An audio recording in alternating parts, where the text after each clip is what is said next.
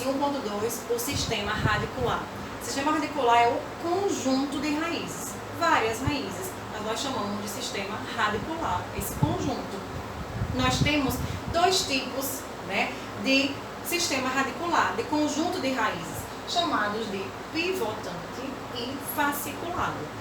No pivotante, olhe como o meu desenho está bem explicativo, né? Esse aqui eu demorei 20 minutos para fazer.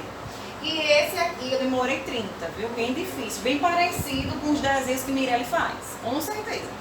Então, o sistema pivotante é um conjunto de raízes que tem uma raiz principal e dessa raiz principal partem várias raízes laterais. Então, eu tenho uma principal e várias ramificações laterais.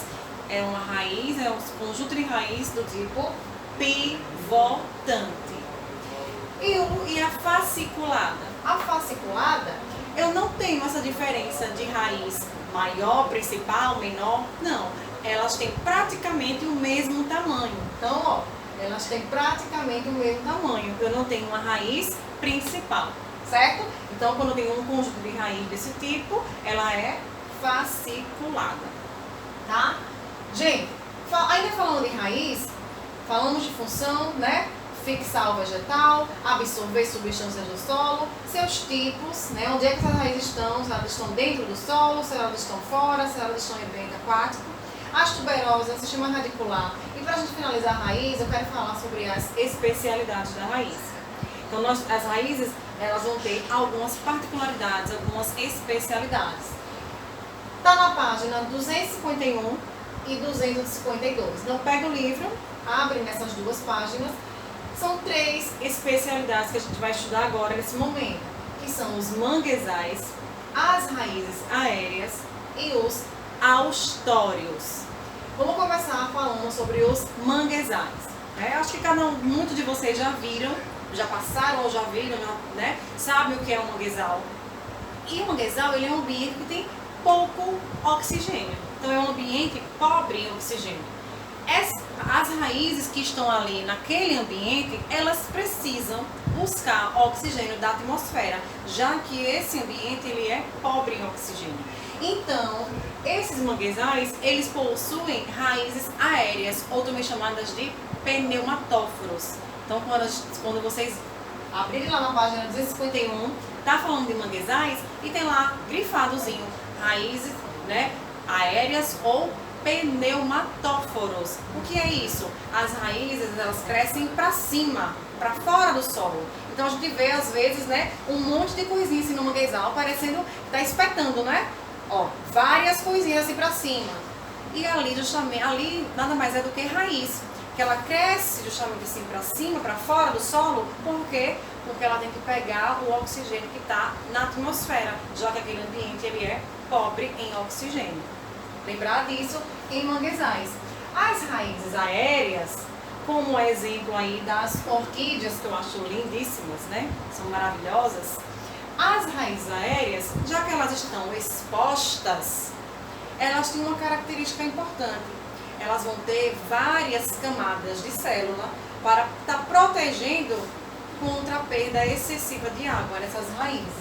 Então lembrem, as raízes aéreas estão fora do interior do solo, estão expostas.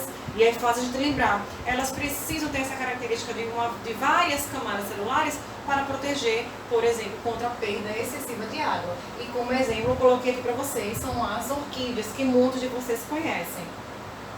Os austórios, como o cipó-chumbo, veja só, os austórios, eles são um tipo de especialidade que vai fazer parte daquelas plantas que, tenho certeza que vocês não sabiam o que eu vou falar agora. Existem vegetais que não conseguem realizar o processo de fotossíntese. Existe, professora? Existe. Não faz fotossíntese. E a gente já sabe, né? Desde o infantil vocês aprendem que a fotossíntese é o alimento, né? É a fonte de energia desses vegetais. Então, os austórios, a exemplo desse cipó-chumbo, que é um tipo de vegetal que não consegue fazer fotossíntese, ele vai pegar suas raízes. Na verdade, são raízes bem fininhas. E essas raízes fininhas é justamente o que a gente chama de austórios. Austórios são as raízes bem finas que vão se enrolar em um outro vegetal. Para quê? Para conseguir pegar dele ali os nutrientes necessários para esse vegetal sobreviver. Já que ele não consegue fazer a fotossíntese, ele pega esse monte de raízes, enrola em um outro vegetal para tirar dele ali nutrientes, certo? Então, austórios são raízes finas. Se vocês quiserem colocar, anota aí. E um exemplo é o cipó chumbo. Vocês encontram as imagens na página 252. Então, interessante que vocês copiem esse resumo e que vocês também deixem o livro aberto para que vocês conheçam esses vegetais que a gente está falando, certo? Saindo de raiz, né, já revisamos bastante. Vamos falar um pouquinho sobre caule, segundo órgão vegetativo da planta. Qual é a função do caule? Então, enquanto a raiz fixa o vegetal e absorve substâncias, o caule, ele sustenta. Por isso que a gente tirou a palavra sustenta, né? Eu falei, retire a palavra sustenta aí de raiz. Então, o caule, ele sustenta, né, o vegetal e ele faz o que também? Ele liga, tá ligando as folhas, né, ao restante do vegetal. Faz a ligação das folhas, faz a ligação da raiz, sustenta o vegetal e ele também auxilia no transporte de substância, né, que vai ter que chegar das raízes até as folhas. Então, pelo caule, nós temos esse auxílio aí para fazer o transporte de substâncias. Mais pra frente, a gente vai falar de dois tipos de seiva, né? Seiva bruta e seiva elaborada. Depois a gente vai ter essa aula, que é justamente o alimento, né, que essa planta vai estar transportando entre si. Seiva bruta tem nas raízes o quê? Água e sais minerais.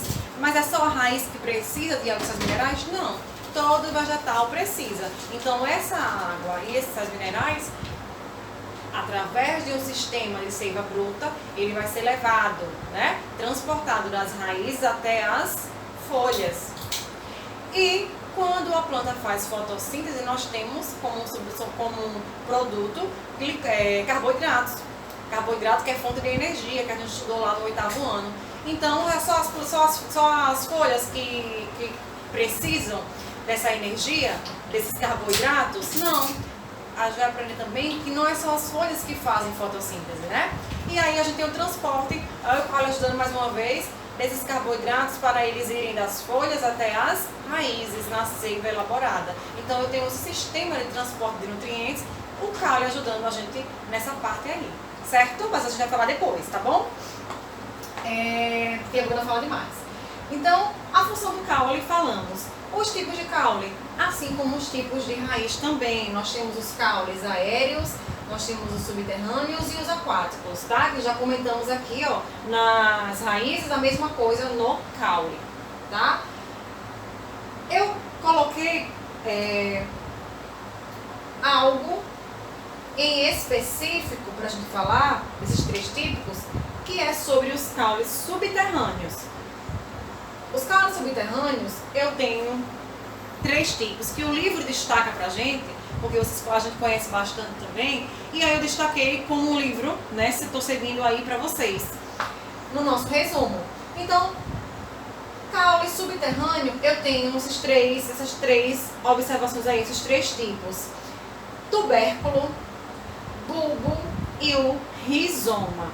Vejam, gente, no caule do tipo tubérculo, é bem conhecido o que ele nos dá, que é a batata inglesa, a famosa batatinha do cachorro-quente. Então, o caule tubérculo é que ele acaba armazenando muitos nutrientes em suas extremidades. E aí, essa reserva de nutrientes nessas extremidades acaba gerando a batata inglesa. Então, professora, a batata inglesa vem de caule? Sim, vem de caule. Bulbo, o bulbo também tem essa questão do armazenamento, né, de nutrientes. E esse armazenamento de nutrientes, eles acabam formando estruturas em disco. Essas estruturas em disco, que ela vai se armazenando e formando, a gente também conhece bastante, que é a cebola. E nós temos também em caule subterrâneo o rizoma. Só já em falar do rizoma, muita gente pensa que a cebola é raiz, né? Vem da raiz como a batata doce, a beterraba, mas não. A cebola, a batata inglesa não vem de raiz, vem de caule. E isso é uma novidade, né? Muita gente confunde, vocês estão aprendendo agora. Então, o rizoma, como exemplo do rizoma, eu tenho a íris. A íris é um vegetal bem diferentezinho, vocês não conhecem, mas tem aí na página. Deixa eu olhar a página. Eu não coloquei aqui pra vocês. Deixa eu olhar a página, não pode faltar a página. Deixa eu achar na página 254. Página 254, a gente acha a íris. O rizoma, eu coloquei até a observação dele. É um caule que tem crescimento horizontal assim, ó, tá? Então, esse crescimento horizontal dá resultado a esse vegetal chamado de íris, tá certo? Então, gente, basicamente é o que está no livro de vocês, né? Eu só acrescentei inicialmente para vocês lembrarem dos vegetais, como eles têm um reino somente para eles têm a celulose, né? Eles têm organelas que estão lá na célula, no citoplasma, que são exclusivas, né? Tem um tipo de vacúolo que é só para a célula vegetal, tem a parede celular, tem os cloroplastos, né? Então, é um universo único dentro desse reino. Eles são pluricelulares, por isso que as algas não estão aqui no reino vegetal, né? Porque as algas estão lá no reino protista, junto com os protozoários, porque tem tipos de algas que são unicelulares, e aqui nesse reino dos vegetais a gente só tem representantes pluricelulares. Então, lembramos da celulose, da extração da celulose para a fabricação do papel, né? Esse carboidrato estrutural da célula dos vegetais. E lembramos também da questão de vocês procurarem sempre materiais mais feitos a partir de objetos, na verdade, né? Seja lá o que for que vocês precisam de material escolar, vocês já conseguem encontrar hoje feito a partir de materiais recicláveis. Então, muitos de vocês já conhecem, que não conhecem, procura conhecer quando for comprar material escolar, lembrar, né, da exploração vegetal para isso, e para lembrar também que a gente consegue reduzir isso, tá? E os órgãos vegetativos que eles têm em comum, faltamos falar das folhas. Vamos para a aula 2, falar das folhas e suas especialidades, tá bom? Beijos e até daqui a pouco, próxima aula.